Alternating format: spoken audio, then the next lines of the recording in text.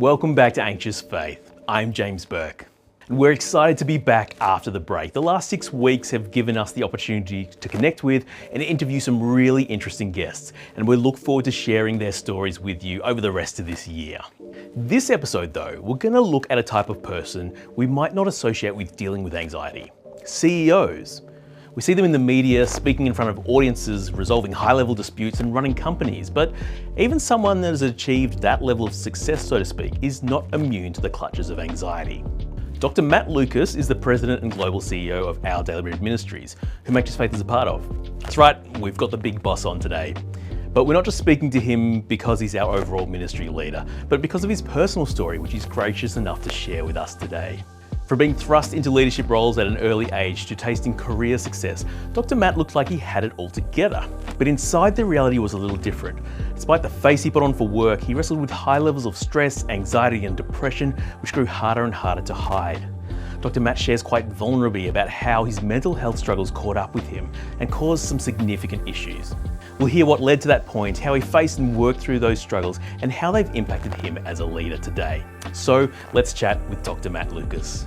And excited to be able to chat to you today, Matt, because you've got an amazing story about someone who, from all intents and purposes on the outside, looked like you were achieving career success and going from, height to new height to new height, but inwardly was a very different story of what was going on.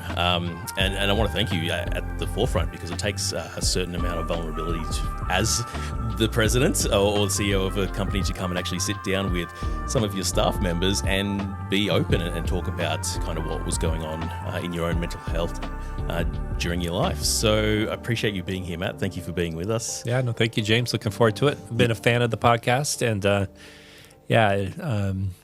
the vulnerability is something that I've been stepping into more and more. So look forward to talking with you. Yeah, that's great. Why don't you just set the scene a little bit for us? Why don't you tell us a little bit about yourself, who you are, your background, those kind of things? Yeah, so again, my name is Matt Lucas. I've been with Our Daily Bread Ministries for 2 years, but prior to that, I was in Christian higher education in the United States. Yep. I served in 2 senior executive roles. One as a provost and eventually the executive vice president at Corbin University in Salem, Oregon. Yep.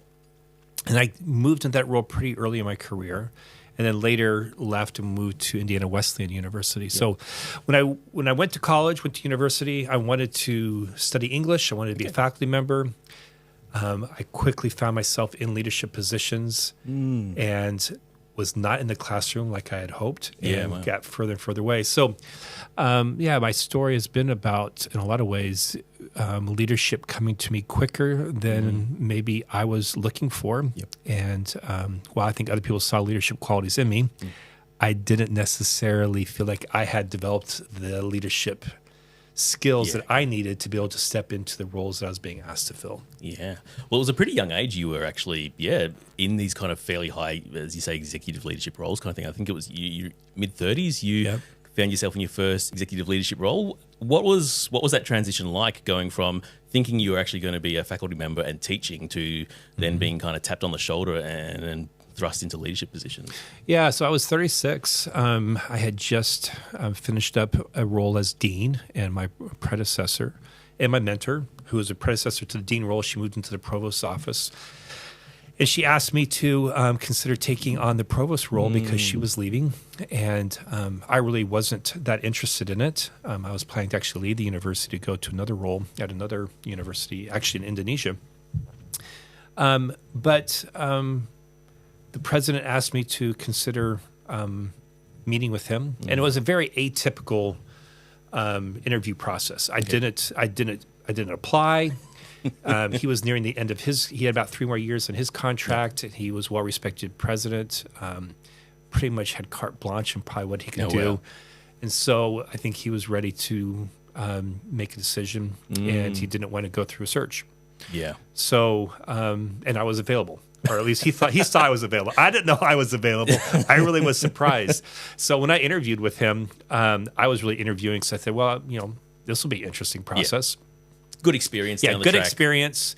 But I really was not interested. But actually, after coming home, after talking with him, my wife said, well, we should pray about that. And just through a series of events, we ended up not going to Indonesia, staying at the role and taking this role. So yeah, I was 36.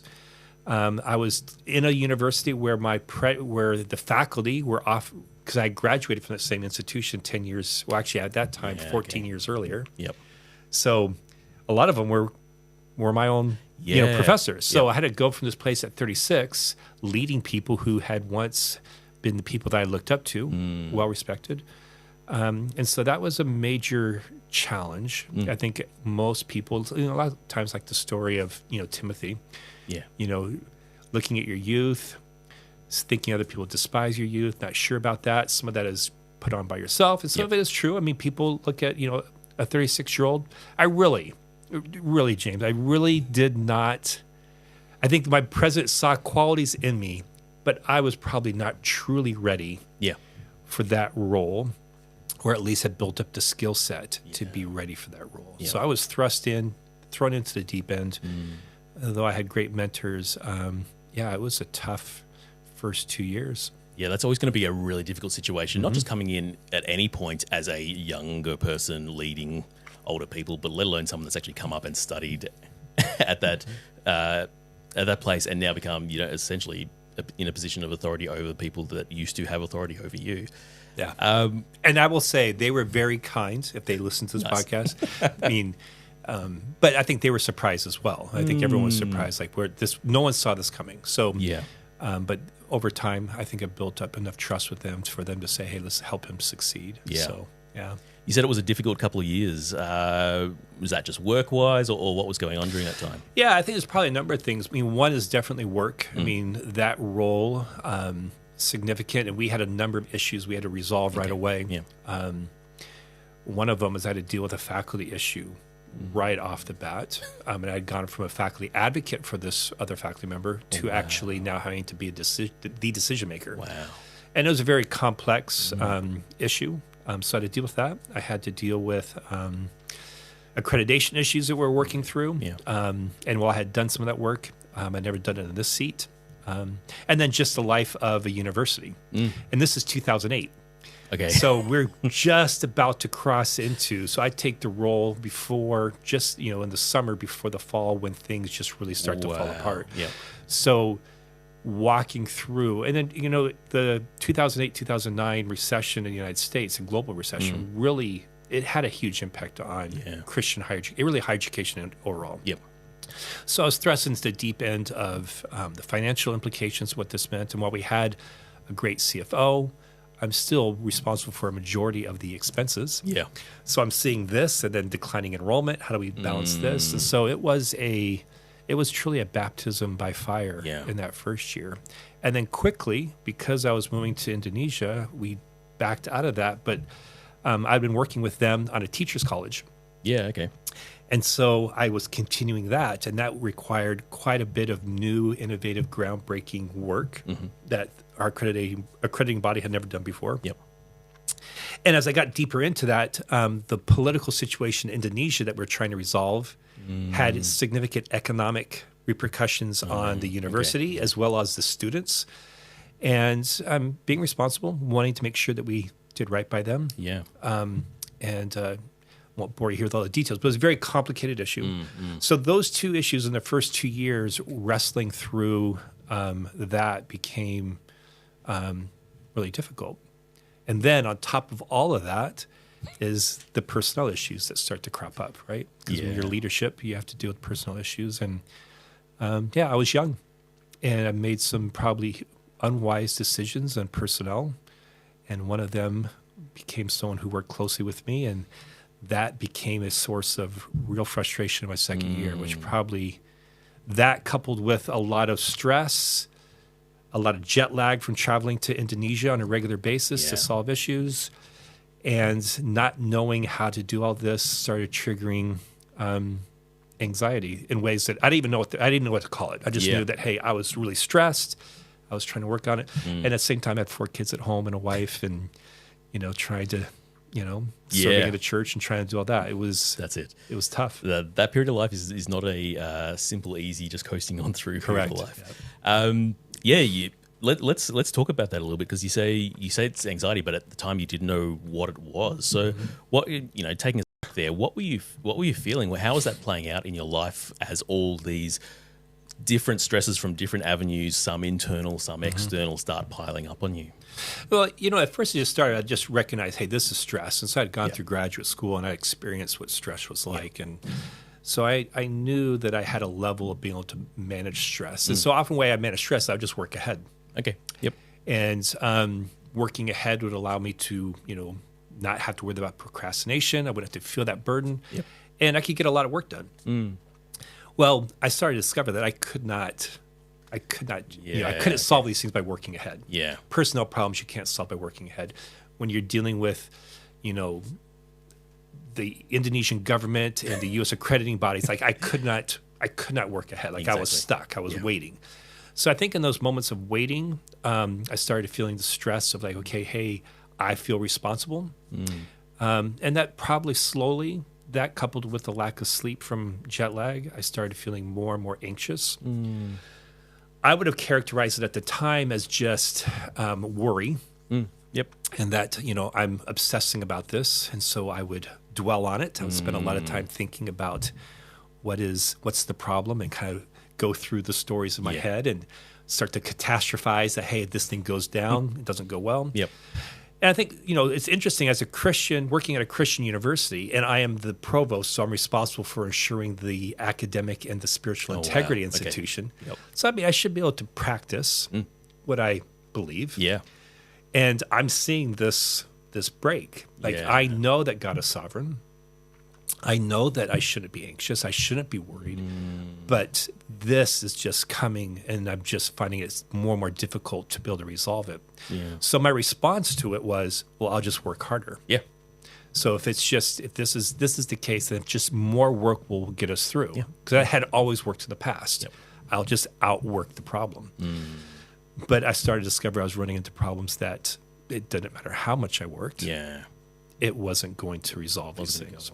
Yeah. So, Being someone that was so young and as you said before, thrust into or placed in leadership positions when you perhaps probably weren't ready or skilled enough to handle that. Do you think some of that pressure was you taking that on as a younger person, having that burden of feeling like you probably have to prove yourself, but also feeling that responsibility for what's happening in Indonesia, what's happening at the college at home, all these kind of things, and to some degree going, okay, well, if I'm worrying about this, that's natural because I am in a position of responsibility about this. And when you say catastrophizing, that's a word that we learn about when we're actually diagnosed with anxiety, perhaps. But at that time, we can write it off as just going, well, I'm just thinking through the eventualities. I'm just planning for the future in what happens.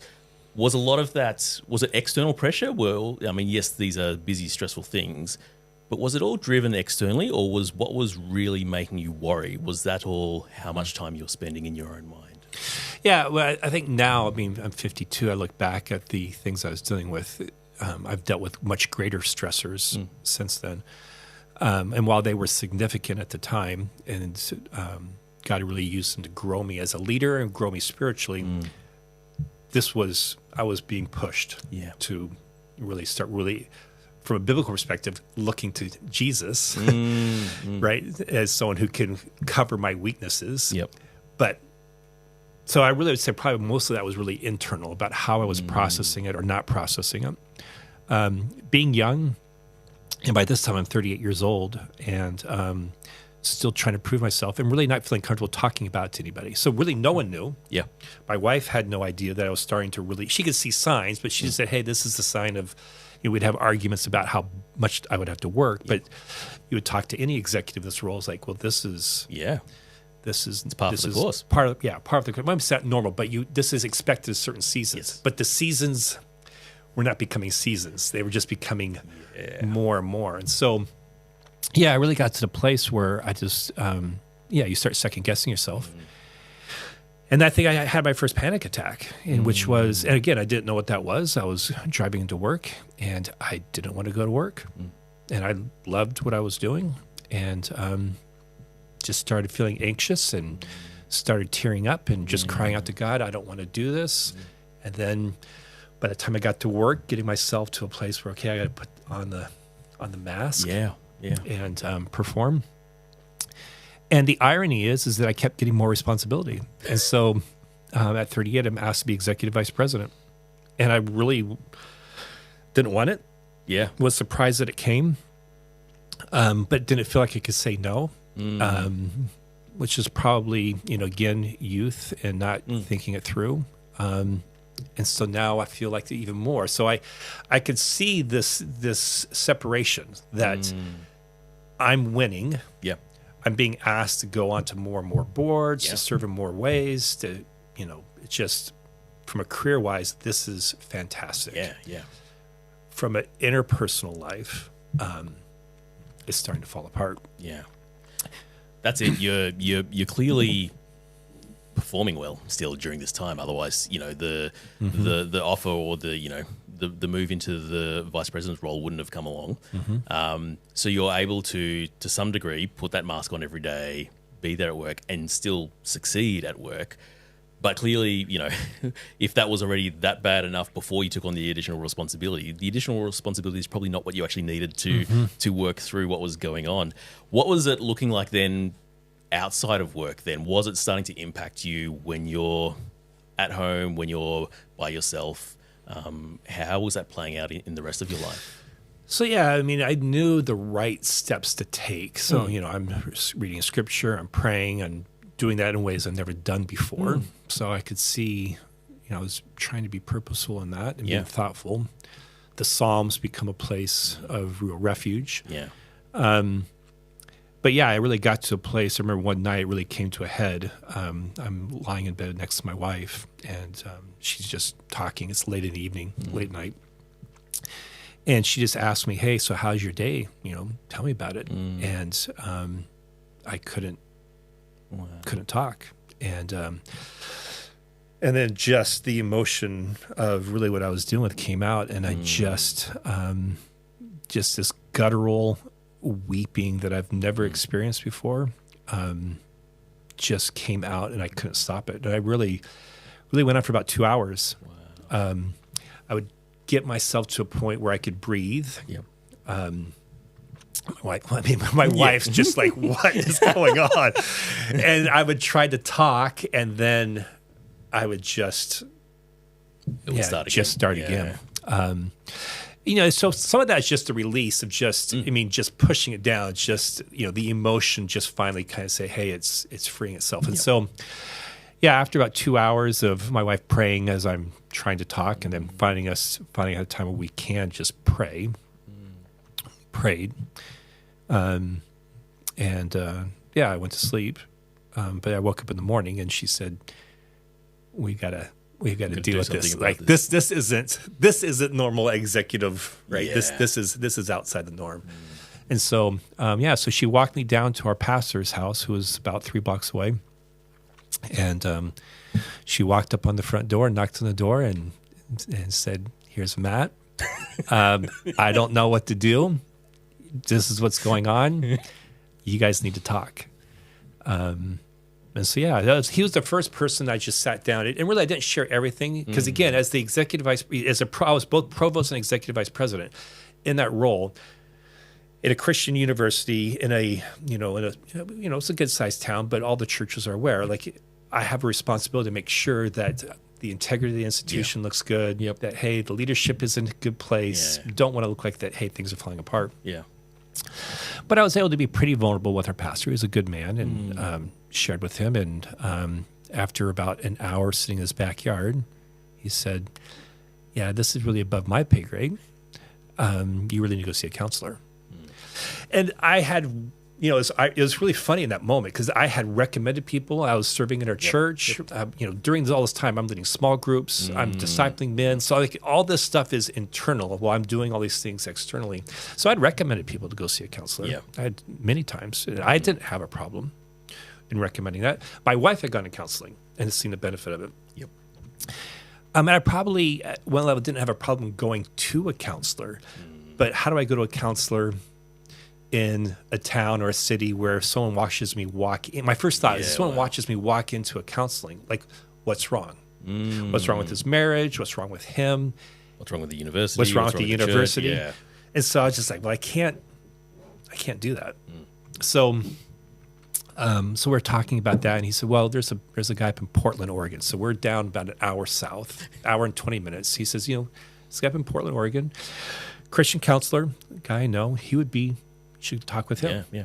And so I called him up, and that started a process of me driving about an hour and 20 minutes every week, which is now adding more stress. Yep.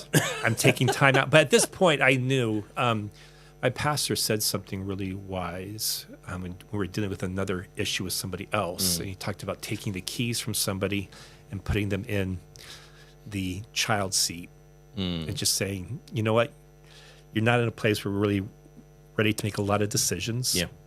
We're going to bring people around you to kind of help you make some decisions that kind of get you back to a place that would be healthy. And so I kind of just mentally took that same model. It's like, okay, I know I'm not in a place where I'm thinking healthy, because I was suicidal.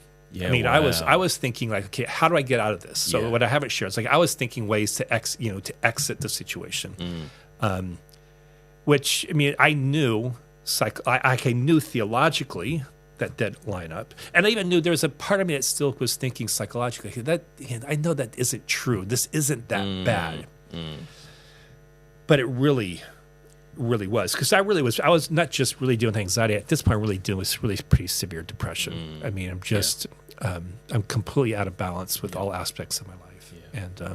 And look, honestly, even though it doesn't feel like it's ever that bad, sometimes it feels like, well, this is the way that I can exit the situation with the most integrity. Yes. And the least amount of impact to those I'm responsible for. Or at least telling myself that. I mean, right. Exactly. I mean, that's not true. Not true. It's not true at all. But yes. So there was many days I remember going to work that, hey, if I just moved the wheel, just go into the, I mean, and so that was a real, and there was a moment, I remember that time where I could tell that it was right before I finally broke down with my wife, that I was close to like, I could really go down this. Yeah. I was like, I'm really can tell that I'm holding on in a way that isn't sustainable. Yeah. So I think God was gracious in having that moment, having a pastor there, and then just starting that conversation with my counselor, and then just doing everything he told me to do, which was really hard. Well, that's what I was about to ask. Like, it's one thing to actually finally take that step and to go and see a counselor, especially when you've been recommending to other people to go and see a counselor. It's a very different beast then for yourself to actually not just go, but then go and actually submit yourself to actually the reality of, okay, I have some problems here that I need to deal with. Was it something that you were able to just straight away go, yep, I recognize there's problems, I'm just going to, you take the reins, I'm going to do what you tell me to do? Or was there a bit of tension there of, well, I'm going to see a counselor, but I could still perhaps try and control things myself? No, I did, like I said, I put myself in the child seat. Like I was like, I'm going to go, if I'm going to pay the money, I'm going to make this investment. Yeah. I'm just going to have to submit myself to whatever he says. Yeah. I didn't like that. And it was uncomfortable.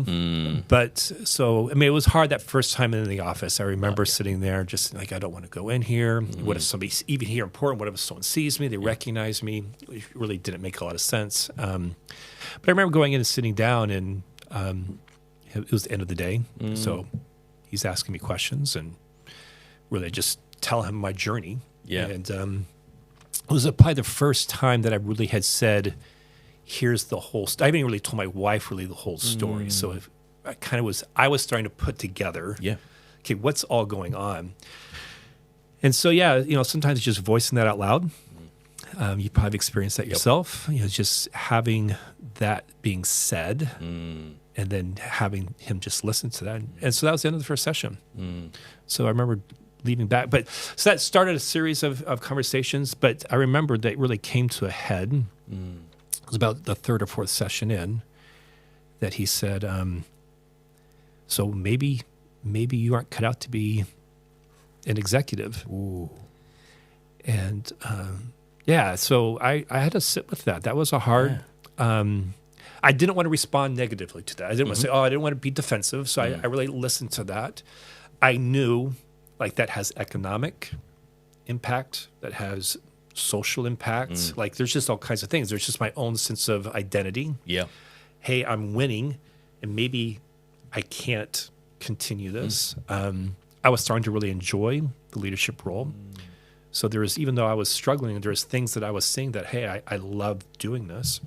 And clearly some level you're good at it because it was thriving. Yeah, people were recognizing it. But I remember I drove home that was a long drive, and just saying, okay, maybe he's right.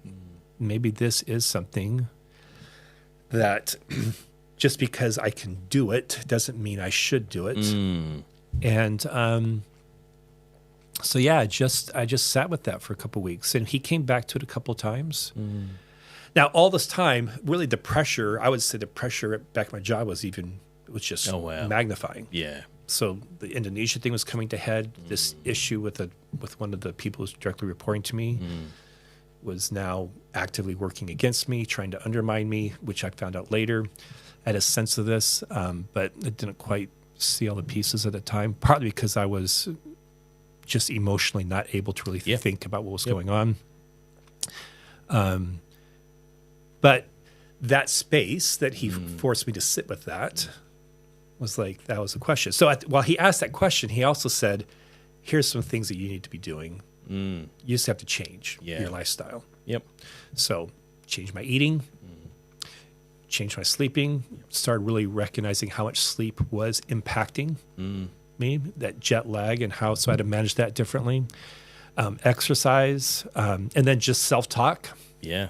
Just kind of working through that. So while he's asking me this question, he's giving me these tools. And so I'm practicing them. Okay, if he tells me to do this, I will do this. He gave me his book. I can't remember the title of it, but it had to do with happiness.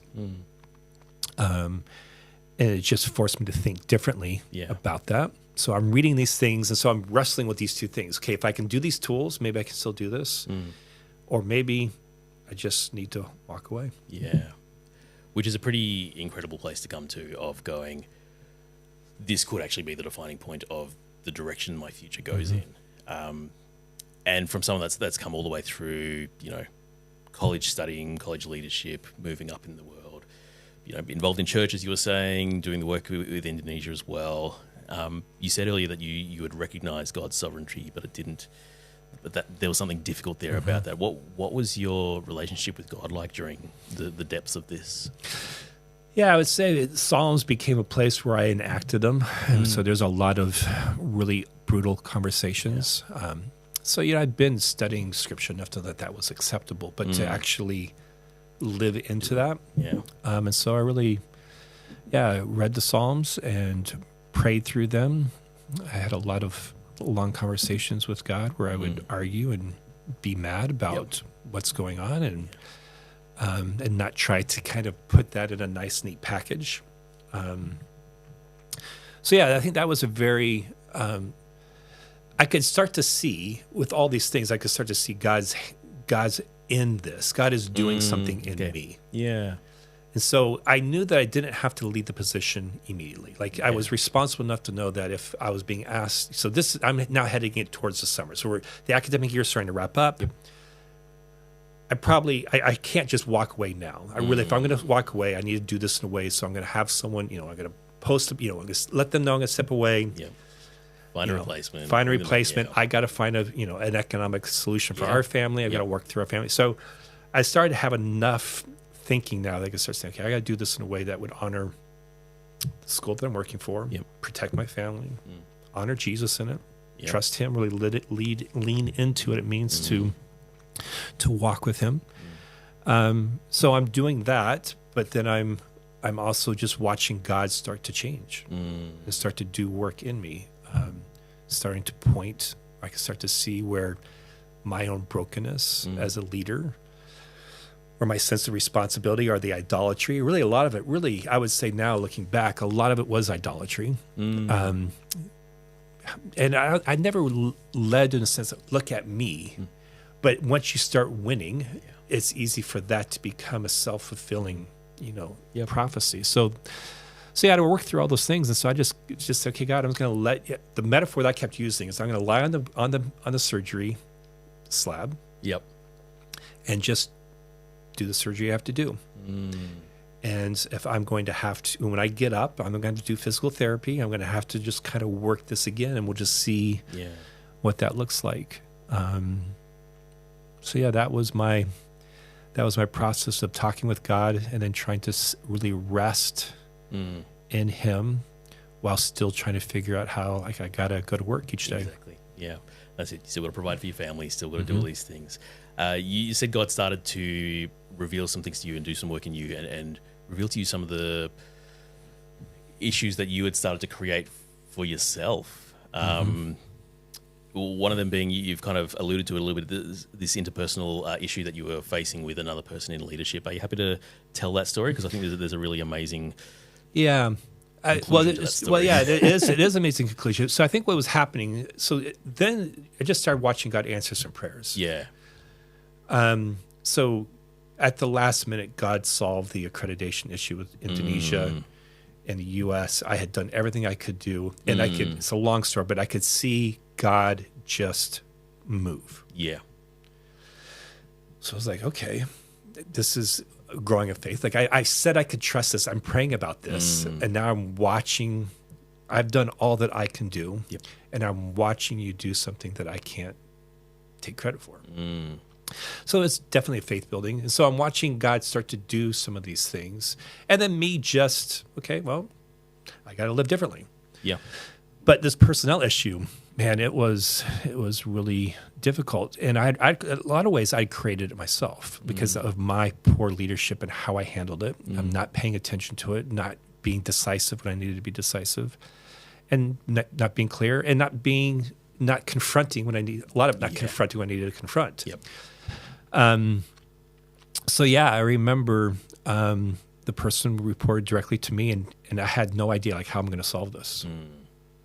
And this had become really the tension point, because what I felt what I wanted was a collaboration. I felt I had someone that was working against me, and I could see I was starting to realize the depth of what was happening. Yeah. So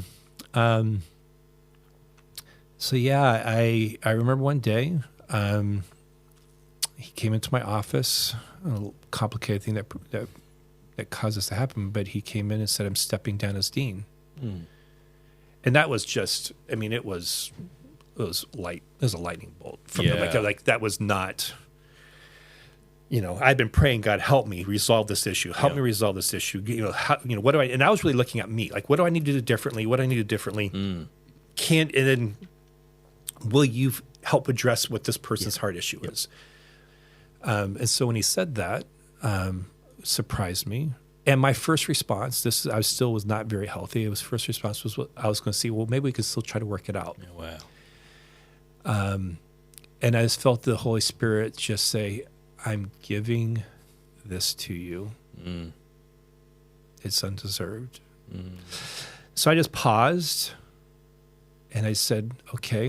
And he was going to step back in the faculty, but I said, before you do that, I'm going to ask you I'm going to put you on a work improvement plan because of the insubordination. I finally confronted him on it. Wow.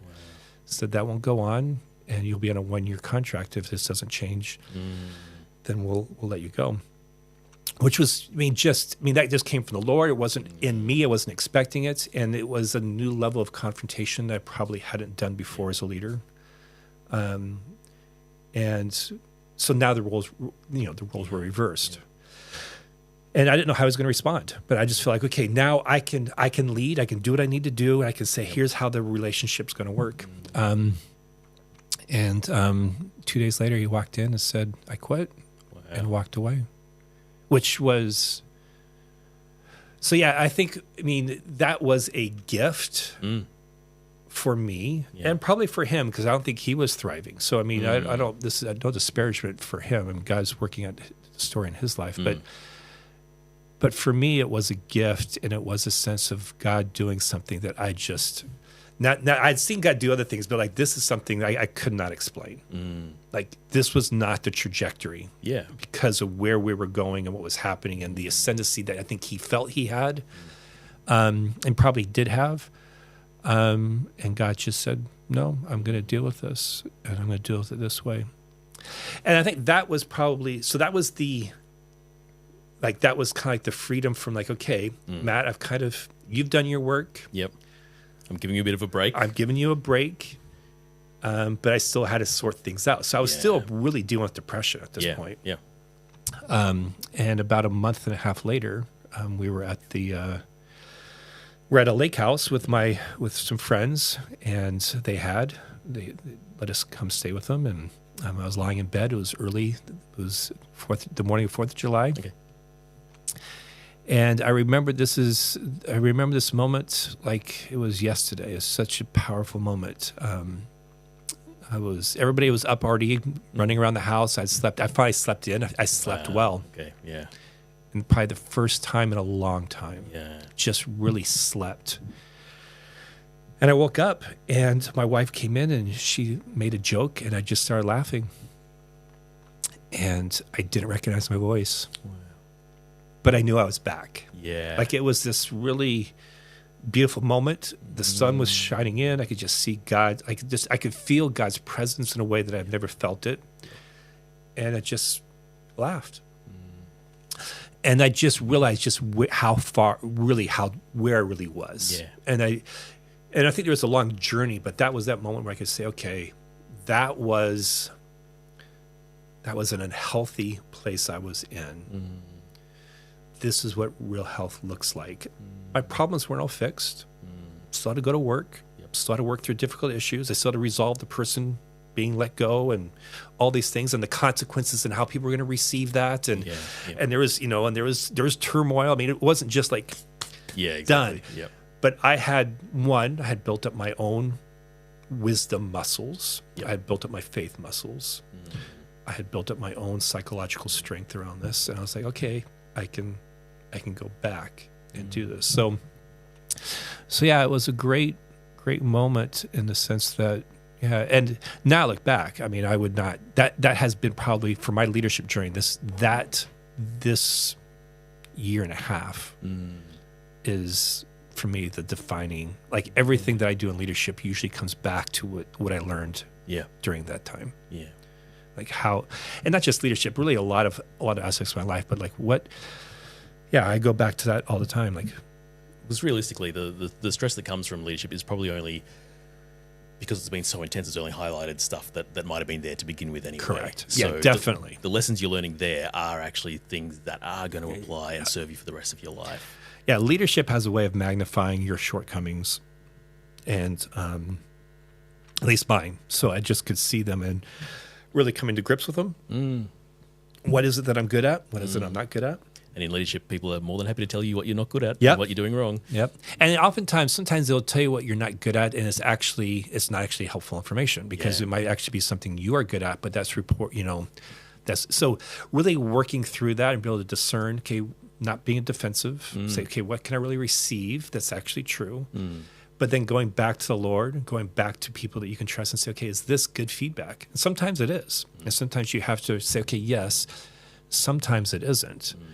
I think that's the often struggle. That's what one of the things I was really struggling with in my early time with my leadership, particularly with this person. Like I was getting this feedback.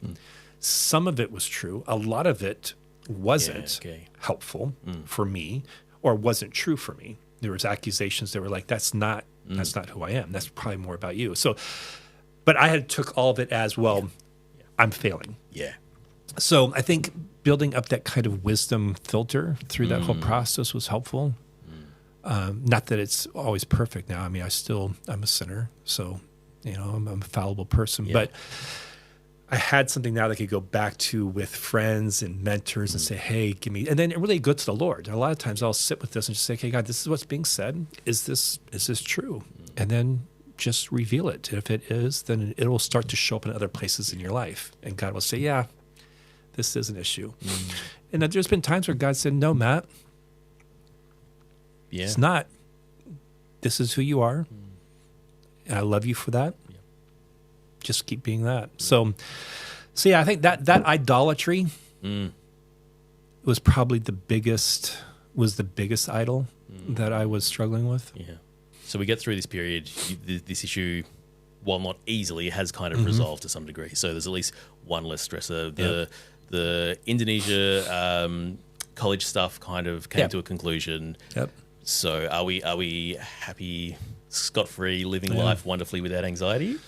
Well, I think at that point I started to realize, even then, my counselor didn't really say he had an anxiety problem. He was really focusing on my depression. Yeah. And okay, that's a panic attack, and like we're talking through that.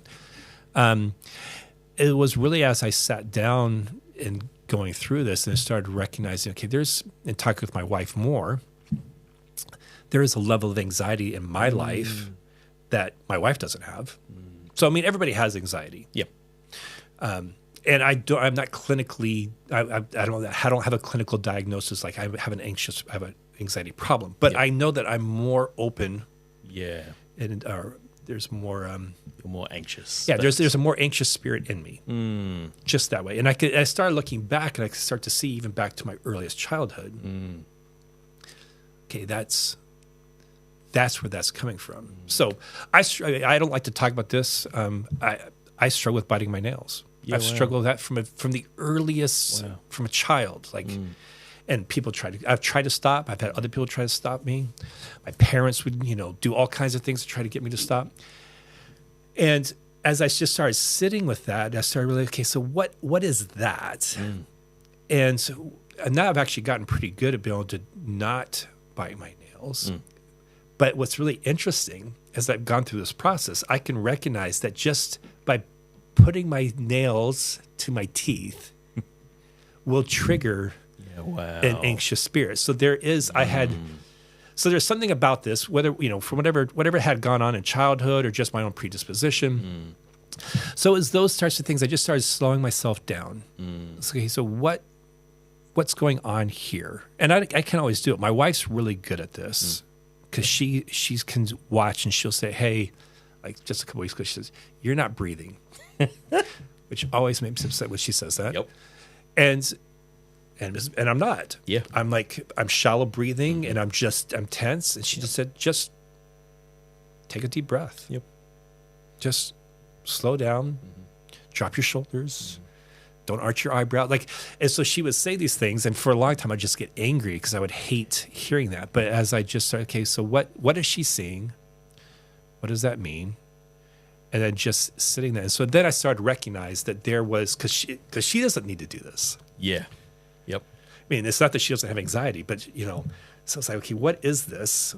And then I started watching really closely. I could see it in some of my girls, which I think as a father is really hard. Yeah. Because then you can say, okay, how much of that is genetic? Yep. How much of that is conditioned? So have my daughters, not all of them, have a couple of them picked up my anxious spirit because of who I was as a father. And watching me. And watching me, how I dealt with stress. Yeah. So I think that's been, and what I think what's been good is that I've actually, to redeem that, I've had conversations with the daughters that I know that I can see that. So we've just talked about it. That's amazing. So I've talked about, hey, sorry. Yeah. That you're genetically related to me, and sorry that I probably did some things that probably didn't help you. But here's some things that I've been learning. And you don't have to go on this journey of midlife. Like, let's talk about it now. Exactly. So I think it's been that. So just recognizing that and just say, okay, so yeah, there is an anxiousness in me. I have to respond to it. And it's been, I've got it with, I sense that I've gone to more senior leadership positions with more responsibility, with more, span of control. And now as the president and CEO of our Daily Bread Ministries, 700 employees, global, there's always something going on around in the world to create anxiousness. Yes. And there's all kinds of complex problems because we're a global ministry and we've got language and cultural and ethnic issues and internal and external. We've got reader complaints. I look now at 36 to 38 and the level of anxiety that, like the stress that I had then. And it's like, it's nothing compared to now, that's right? nothing compared to now. The difference is, and my wife were here, she'd say, well, you should see him on his bad days. So like there's not like this, I'm just going from strength to strength. There are times when I've really struggled with anxiety, but I know what's going on. Yeah. And it's okay, Am I eating right? How am I sleeping? Am I exercising? Am I having the conversations? Am I practicing the patterns of behavior that I know that helps me? So, some Christians don't feel comfortable with meditation, but biblical meditation. Do I slow myself down? In my prayer life, am I slowing myself down to really breathe and listen to the Lord as well as respond to Scripture and do that? And when I don't, I can tell. Yeah. It's quickly. And I can quickly lie to myself and say, I'm good today because I really got a lot to do. And each time I've done that, you do that over a period of time, and I start going back to something that's not healthy. Yeah. So I think that self-awareness has been helpful. Yeah. So then, as someone who is, like you say, you're going to be disposed to be more anxious about things, but you're aware of it now. You've got that self-awareness. So how, what are some of the ways that you begin to prevent yourself from? I mean, you did mention just then about, kind of keeping those habits and looking after yourself well, but how do you stop yourself from getting back into that place? Really a lot of it is just recognizing it and naming it. So okay, I'm feeling anxious right now. Name that. Yeah. Sometimes I can't explain why I'm feeling anxious. In fact, I was talking to my wife a couple weeks ago. I was just feeling anxious. I don't, and there's probably something that flew through my mind that caused me to go there. Yeah. But having the relationship with my wife, who's an incredibly godly woman, wise, and is willing to she'll just listen. Yeah. There are times that she gets frustrated. It's like, really, we're here again. But most of the time, and a lot of times I can just say, I said, I know I'm not going to go where I'm going to go. I just need you to hear this. I don't know why I'm anxious. Yeah. I'm just feeling it, which I think often helps her, because sometimes she's like, you've just switched. I don't know what's going on. I might be moody. I might be short, or distant. And she's like, where's that coming from? So now I can say, hey, I'm anxious. So some of that, so one of the things I'm really doing a lot now is I will go for long walks. Yeah, nice. Where I spend a lot of time just praying and talking with God, is sometimes just working through what I'm thinking and just going. And we're, hour, 2 hours. So there'll be times now, and we're empty nest, so it's a little bit easier. Yeah. So this was harder to do when I was younger. And my wife's also gotten better at seeing that this is actually a wise thing to do. Like, me staying here and talking it through isn't going to help. Yeah. But okay, so she'll say, I think you just need to go on a long walk.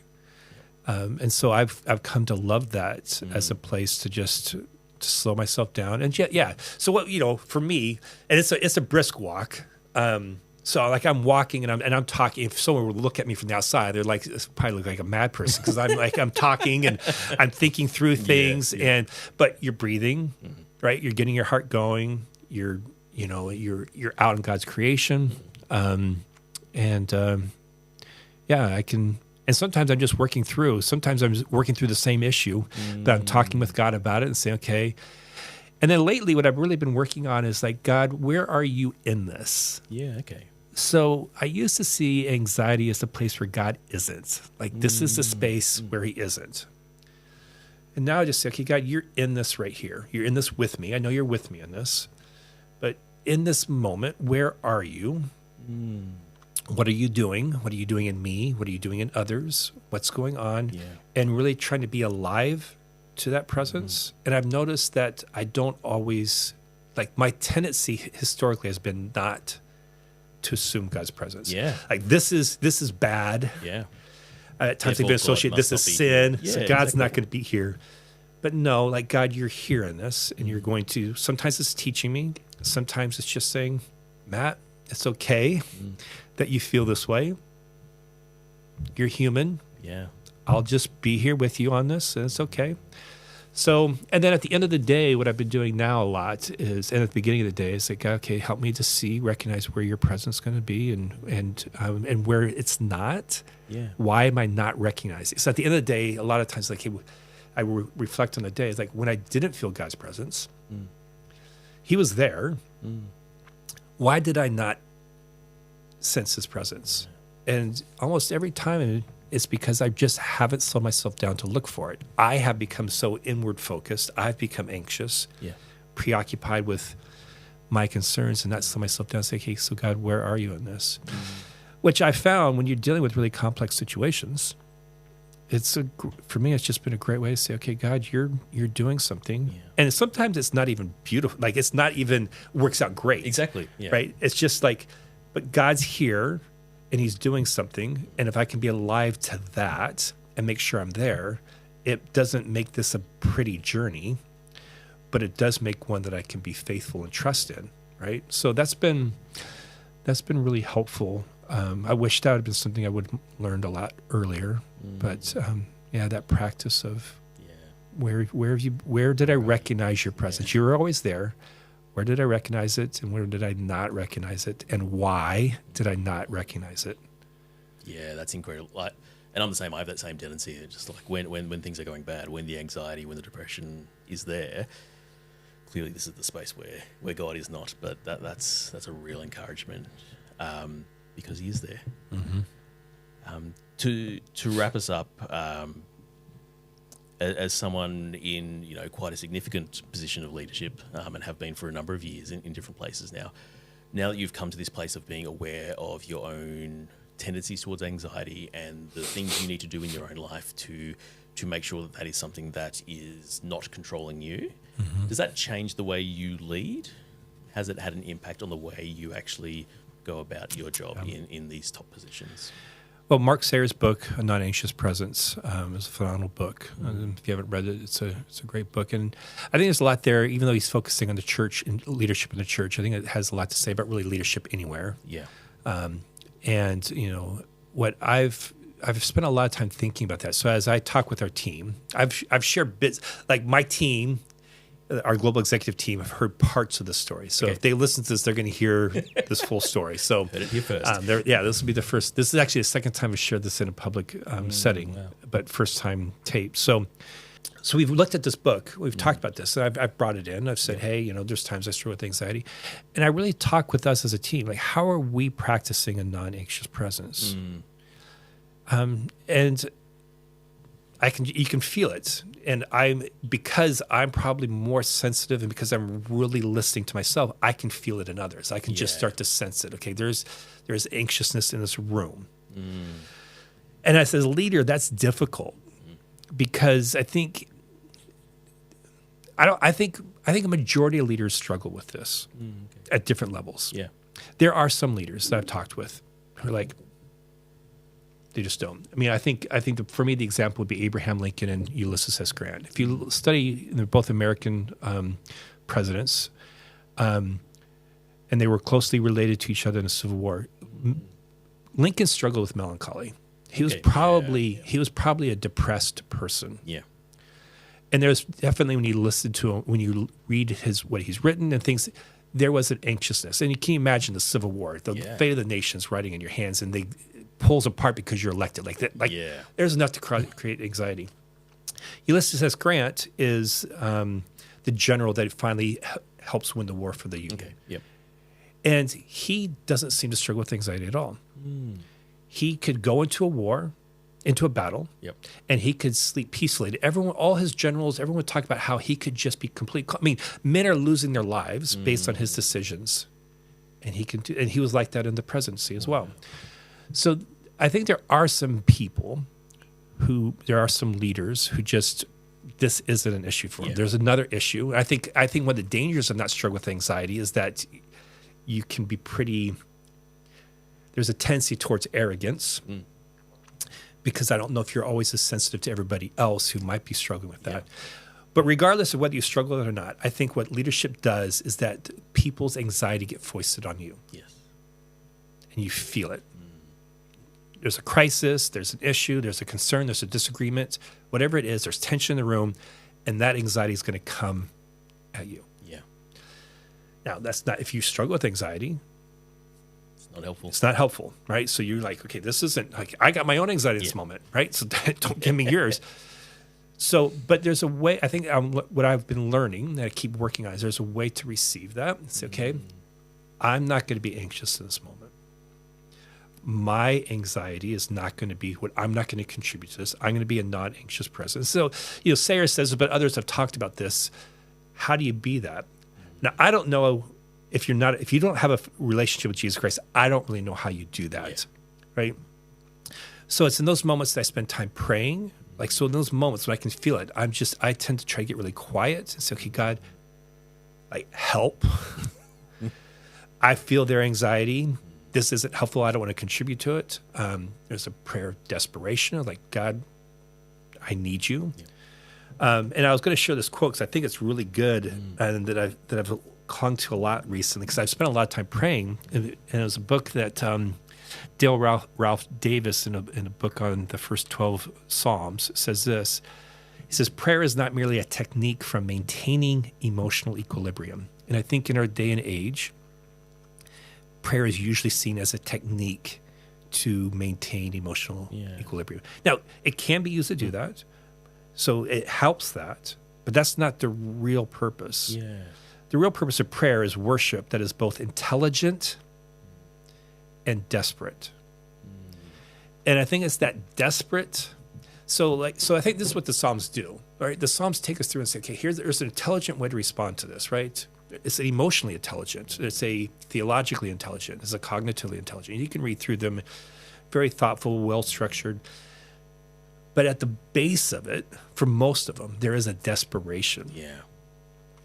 And so I think throwing that desperation on the Lord and say, God, okay, here I am. This anxiety is coming to me. The team's coming to me. Everyone's thinking, God, I'm going to throw this back to you.